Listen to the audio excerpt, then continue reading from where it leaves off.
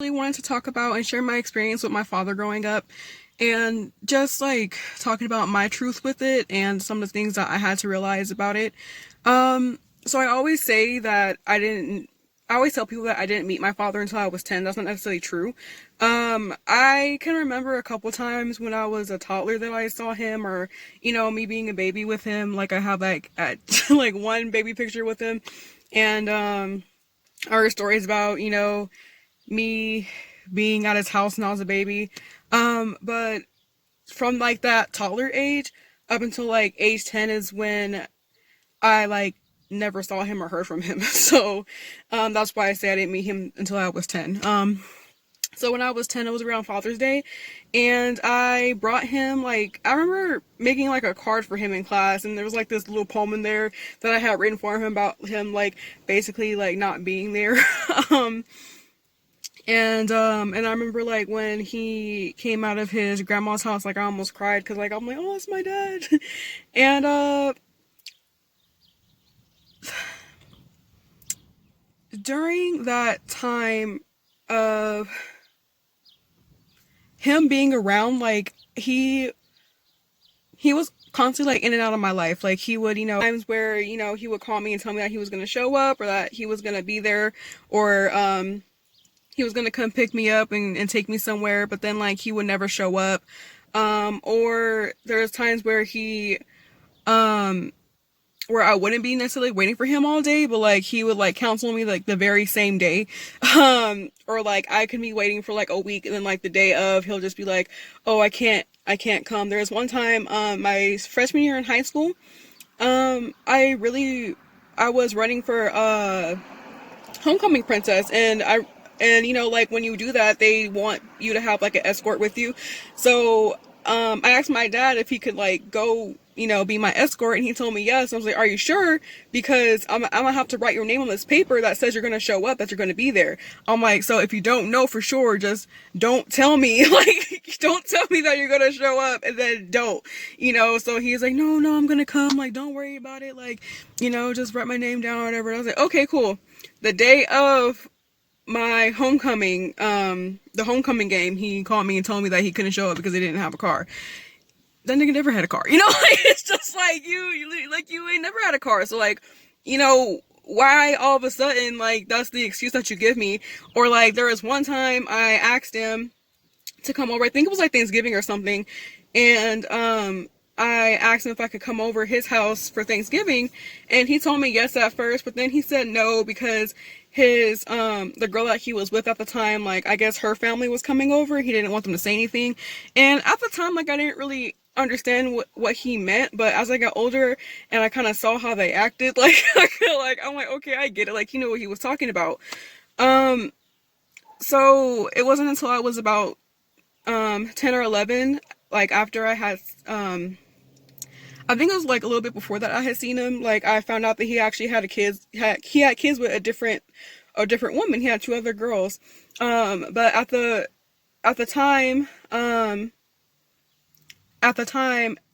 his lady was pregnant with the second child, and then like I had met his first one with her, and she was 9 and I think I was 12. Um and growing up as a kid, like I kind of always felt like, why did he, because he was living with them at the time, and like I would go over, and there was twice that I went over their house. I was once when I was 11, and then once when I was 13. On my 13th birthday he came and picked me up.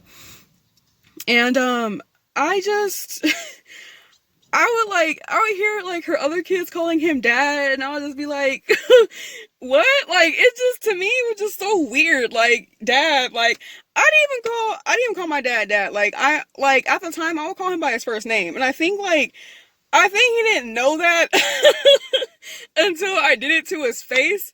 And I forgot what I asked him for. Like, I think I asked him for Oreos or something, like, or asked him to get me brownies. And usually when I came over, he always he always had Oreos for me because he knew I liked Oreos. So I was like, Maurice, can I get some, can I get some Oreos? And he was like, what did you call me? And like, and after that, I was like, okay, like, you know, all right, I guess, he's not going for that or whatever. Then like I started calling him daddy or whatever. But yeah, not to his face. Like I would never refer to him as my father. So like when hearing other kids call him that, like it really like made me upset because I'm like, he wasn't even a father to me. Like, so like the fact that you're calling him dad, like, like I wasn't, it was just upsetting to me. And then like, I was kind of upset that like, um, at the time I felt like, okay, you're over here taking care of her kids and my other siblings have you in their life, but I don't. And the times that he was in and out of jail, I would kind of like sometimes like he would call our house and like I knew his voice, so like I'd be like, and he'll be like, he'll ask for my mom, he'll be like, is Carla there?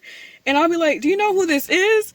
And then he'll be like, oh no, who am I? Oh, it's your daughter. And he'll be like, oh hey baby, how you doing? But like that would break my heart too, like, because I'm just like, the first person you ask for when I pick up the phone is my mom, like what do you want with her? Like it's just like, what about me? Like I like growing up I just always felt so like I just didn't understand why he didn't want me. Like, that was like I didn't get it. I'm like, why don't you want me? Like, why can't you just show up when you say you're gonna show up? Like, why do you always make excuses? Like I always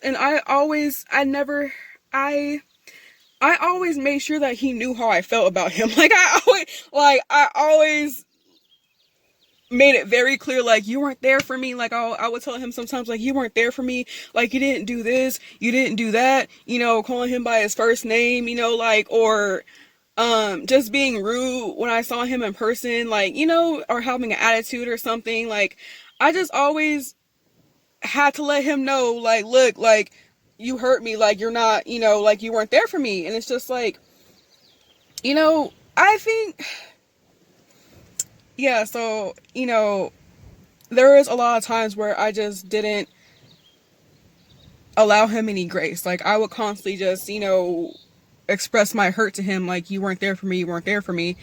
And like, or there was one time I remember I was on the phone with him, and and one of the excuses that he gave me for not seeing me was, oh, your mom moved too far, because they lived in like LA, like Compton area, like, and we moved to Antelope Valley. So he would just tell me like, oh, like, well, you moved too far, your mom like kept me from you and like I couldn't see you. And I'm just like, that's not true. Like it's just like, that's not true at all. Like, like, and I just told him, like, you blame her for everything. Like you could, like, you're more than capable of coming to see me, but every time you say you're gonna come see me, or like I had my great grandmother lived in Compton,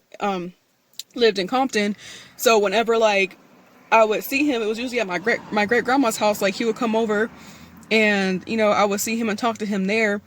And like, he would ask, oh, when you going to your granny's house? And then like sometimes I would be there and I would tell him, and then he'll be like, okay, I'll be there. And then he never showed up.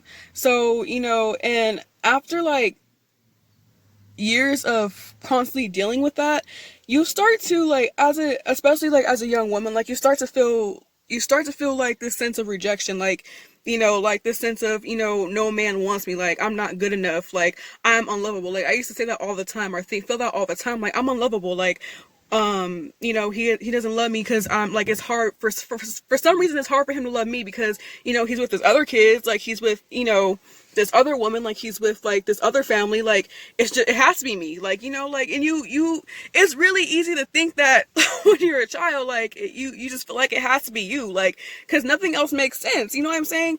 But as I got older, I realized, like, um for those of you who don't know, my dad actually passed away when I was 15. It was like, I think I had mentioned going to, being a part of like the homecoming court. So I believe that was like in October, and he passed that February, my freshman year in high school. So, so I believe I saw him like, the last time that I had seen him, I think it was November 2011. I'm sorry, November 2010, because he passed in February 2011. So I think it was November 2010 was the last time I actually like saw him in person. That was mean. Like I was mean to him because, again, like it was, you're not there for me. I have to punish you. Like I have to remind you of what you didn't do. So during that time, like right before he passed, I remember him, we had like better conversations. Like he was he was there for me. Like he was trying. Like it was when he was finally trying. And I noticed because like I didn't have to call him first. Like I didn't have to, I didn't have to text him first. Like he would call me first. He would ask me how I was doing first. Like he would talk to me, like, and it like and I remember him being there because remember I referred to him by his first name. His name was Maurice. So like I will always call him Maurice, and in my phone his name was Maurice. Like, but I knew that he was there for me because like I changed his name from Maurice to Daddy because he started actually acting like a father. And when he passed away, like I was so mad. Like I was so mad at God because I was like, you just don't like. God just don't want me to be happy. Like I always have to be hurt. Like I always, have to miss out on being loved. Like, that was my mentality. Like, oh, I have to miss out on being loved, and I just really thought that God just did not want me to be happy. But then I realized like he had all that time. You know what I'm saying? Like he had all that time to do something different. He had all that time to reach his full potential. He had all that time to be a father. So the fact that I only got like a month out of it, that is not God's fault. You know what I'm saying? Like we don't know how much time we have on this earth. Like we don't have time to be playing around and being like, oh, I reached my full potential tomorrow. Oh, I'm gonna, tell my daughter I'm sorry next week. No, you don't. Like it don't work like that. Like, and my anger, like, well, first of all, like, I wasn't as angry when he was actually being there for me, but besides that, like, just growing up and maturing and having a relationship with God, I just, like, really just thought to myself, like, I didn't allow that man any grace. Like, for anybody who has a parent or somebody, like, who, who's hurt them or something, or, you have to understand, parents are people, too. Parents are just people who had kids. Like, before, he was Maurice, my daddy, he was Maurice the man. You know what I'm saying? Like, and he was Maurice the man first. You know what I'm saying? Like that is who he was. Him being a father was just his identity to me, because that's who he is to me. But he's just a man, like, and he had his own problems. Like my dad didn't have a father growing up. That doesn't make, not to excuse anything that he did, but he didn't have a father growing up, and his mom was schizophrenic, so she wasn't even in her right mind half the time to take care of him. He was taking his grandmother, my great grandma, was taking care of him. And, and he lived in LA, like Compton, like he was out running the streets most of the time, like, because he had nobody there to direct him. You know what I'm saying? Like, and I'm pretty sure when, just the fact that he didn't have a father, the fact that his mother couldn't love him the way he needed to be loved. Like, I'm pretty sure he had rejection issues. I'm pretty sure he had abandonment issues. I'm pretty sure, he probably couldn't feel like he could have expressed himself emotionally because he had to be hard all the time. Like, that's hard. Like, that's hard. Like, I remember before he passed, when we were talking, one of the things he told me, there was three things actually that he told me that, like, I remember, like, real distinctly. Like, the first thing he said was, don't get no nigga like me. Like, don't get no nigga like me. Like, that was his exact words. And I'm sharing that with y'all to tell you, like, I think a lot of the times we remind people that we hurt us because we think that they don't know. I feel like we think that they don't know themselves, but people know themselves. Like, people know what they're doing. You know what I'm saying? People know what they struggle with. People know what's wrong with them. So for you to constantly just be like, oh, you didn't do this, you didn't do that, you didn't do this, that leaves them no room, no grace, no nothing, no love to change. Like, if I'm constantly beating you over the head with what you did to me, that's not an environment for you to grow. You know what I'm saying? Like, that, like, it don't, like, me constantly telling you, what's wrong with you is not helping nothing. Like, it's just perpetuating the hurt and perpetuating the pain, and we can never just get past this, because you always gotta remind me every 2 seconds that I ain't shit. You know what I'm saying? Like, let it go. Like, let it go. It's not doing nothing for nobody. Like, if you just allow them the grace to make their own mistakes and to, go through their own healing and growth journey, like, you will get much better results than if you keep hitting them over the head with a bat and remind them of who they were. Because you're beating into them, oh, this must be who I am, so I'm just gonna stay. Like, like that's not um the only thing that can make somebody change is if you decide to back off and love them. So so like I said, he said, don't get no nigga like me, because he knew who he was. Like, he knew he had a problem. Like, he knew what he was doing. People know themselves. People know what they're doing. Like, you don't have to remind them. You don't have to keep hitting them over the head with what they've done, because it doesn't do anything. It just keeps everybody mad. Like, um,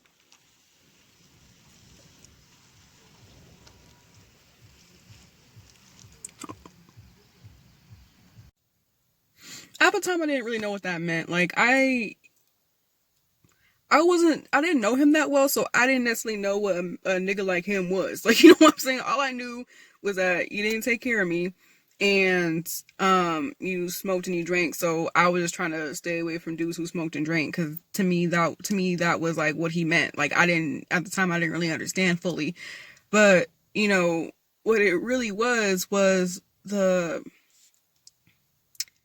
emotional unavailability. What it really was the fear of responsibility. What it really was the abandonment issues. Really was all the emotional issues that people don't talk about, that leads people to not take care of the kids in the first place. And I'm not saying, like, I'm not making an excuse. There's some people who just generally don't want kids. You know what I'm saying? There's some people who just generally don't care about their kids like that to take care of them. But I mean, like, in the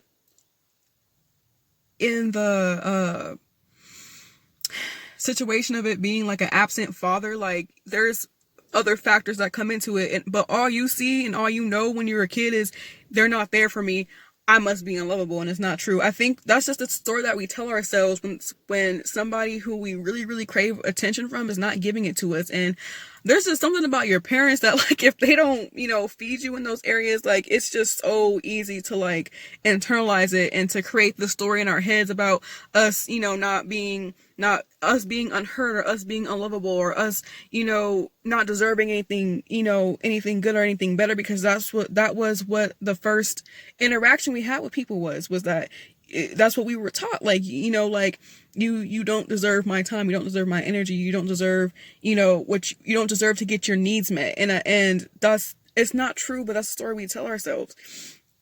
And besides him saying don't get no nigga like me, the second thing I remember him saying is, keep your virginity because it's more precious than gold. That didn't happen. And then the third thing I remember him saying was that dang, I can't think of it right now. The third thing that I remember him saying is, don't ever think I didn't love you. And I feel like